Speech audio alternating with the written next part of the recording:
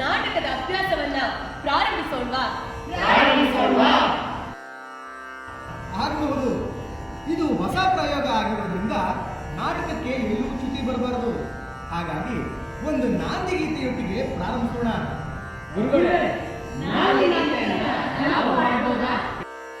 ಆಗಬಹುದು. ನಾಟಕ ಇರೋದೇ ಎಲ್ಲರಿಗೂ ಒಳಿತಾಗಲಿ ಅನ್ನೋ ಉದ್ದೇಶಕ್ಕಾಗಿ ಎಲ್ಲರೂ ಒಟ್ಟಿಗೆ ಸೇರಿ ನಾಂದಿ ಗೀತೆ ಹಾಡೋಣ.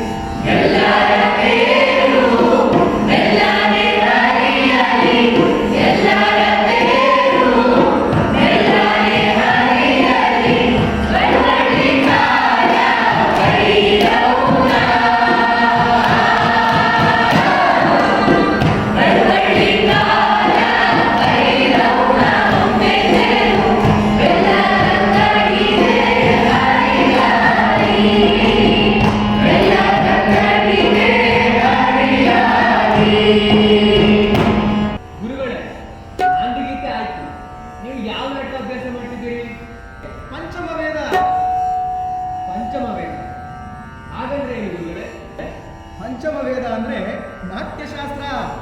ಇದು ಕೇವಲ ನಾಟಕಕ್ಕೆ ಸಂಬಂಧಪಟ್ಟಿದ್ದಲ್ಲ, ಬದಲಾಗಿ ಜೀವನದ ತತ್ವಗಳನ್ನು ಅರ್ಥ ಮಾಡಿಕೊಳ್ಳೋದಕ್ಕೆ ಇರುವ ಮಾರ್ಗ. ತ್ರೇತಾಯುಗದಲ್ಲಿ ಮನುಷ್ಯರು ಕಾಮ, ಕ್ರೋಧ, ಲೋಭ, ಮದ ಮಾತ್ಸರ್ಯಕ್ಕೆ ತುತ್ತಾಗಿ ಅಧರ್ಮದ ದಾರಿ ಹಿಡಿದಿರುವಾಗ ಇಂದ್ರ ಬ್ರಹ್ಮನನ್ನ ಕುರಿತು ತಪಸ್ಸು ಮಾಡಿದ್ರಂತೆ. ಸ್ವಾಮಿ, ನಮ್ಮಲ್ಲಿ 4 ವೇದಗಳೇನೋ ಇದ್ದಾವೆ, ಆದರೆ ನೋಡೋದಕ್ಕೆ ಮತ್ತೆ ಕೇಳೋದಕ್ಕೆ ಸುಲಭವಾದ 5ನೇ ವೇದವನ್ನು ಸೃಷ್ಟಿಸಿಕೊಡಿ. ಆಗ ಜನರು ಅಧರ್ಮದ ದಾರಿಯನ್ನು ಬಿಟ್ಟು ಧರ್ಮದ ದಾರಿಯಲ್ಲಿ ನಡೀತಾರೆ ಅಂತ ಕೇಳ್ಕೊಂಡಂತೆ. ಗುರುಗಳೇ, ವೇದಗಳಲ್ಲಿ ಎಲ್ಲಾ ಜ್ಞಾನವೂ ಇರಬೇಕಾದ್ರೆ ಇನ್ನೊಂದು ವೇದ ಏನಿರಬೇಕು? ಎಲ್ಲಾ ಜನರು ಸುಲಭವಾಗಿ ಅರ್ಥ ಮಾಡಿಕೊಳ್ಳೋದಕ್ಕೆ ನಾಟಕದ ಮೂಲಕ ನೈತಿಕ ಮಾರ್ಗವನ್ನ ಅನುಸರಿಸ್ತಾರೆ. ಹಾಗಾಗಿ ಬ್ರಹ್ಮದೇವ 4 ವೇದದ ತತ್ವದಿಂದ ನಾಟ್ಯ ವೇದವನ್ನ ಸೃಷ್ಟಿ ಮಾಡ್ತಾನೆ. 4 ವೇದ ತತ್ವಗಳ ಅದ್ಯಾವುದು? ಪಠ್ಯದ ಶೈಲಿಯಲ್ಲಿ ಋಗ್ವೇದವನ್ನ, ಸಂಗೀತದ ಮೂಲಕ ಸಾಮವೇದವನ್ನ, ಅಭಿನಯದಲ್ಲಿ ಯಜುರ್ವೇದವನ್ನ, ರಸವನ್ನ ಅಥರ್ವಣ ವೇದದಲ್ಲಿ ತೆಗೆದುಕೊಂಡಲಾಗಿದೆ. ಹೀಗೆ ಈ ಎಲ್ಲಾ ತತ್ವಗಳ ಮೂಲಕ ನಾಟ್ಯ ವೇದ ಉದ್ಭವವಾಗಿದೆ. ಈ ನಾಟಕ ಬರೀ ದೇವತೆಗಳು ಮಾತ್ರ ಇರೋದಾ? ಇಲ್ಲ.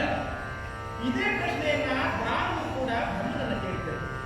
ಆಗ ಬ್ರಹ್ಮನು ಈ ಕಲೆಯು ಕೇವಲ ದೇವತೆಗಳಿಗಲ್ಲ, ಮಾನವ ಮಾನವ ಹಾಗೂ ಎಲ್ಲರಿಗೂ ಸೇರಿದಂತಹ ಕಲೆಯಾಗಿದೆ ಹೇಳಿದರು. ಜೊತೆಗೆ ಇದು ಶೋಷಿತರಿಗೆ, ಶ್ರಮಿಕರಿಗೆ ಹಾಗೂ ಎಲ್ಲ ಬಡ ಮಕ್ಕಳಿಗೂ ಸಲ್ಲಿಸಿದ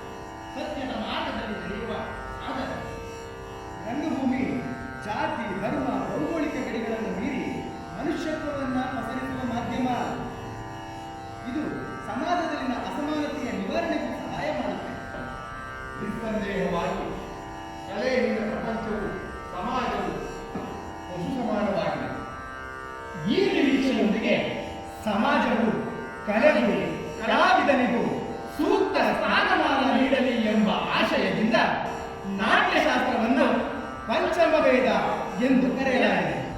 ಪಂಚಮ ವೇದ ಎಲ್ಲಾ ವೇದಗಳ ಜ್ಞಾನ ಸಂಗ್ರಹವಾಗಿದೆ. ರಂಗಭೂಮಿಯ ಮೂಲಕ ಈ ರಾಷ್ಟ್ರ ವೃದ್ಧಿಯಾಗಲಿ, ಜನರ ಸಕಲ ಆಸೆಗಳು ಪೂರ್ಣಗೊಳ್ಳಲಿ, ಈ ಸೃಷ್ಟಿ ಸದಾ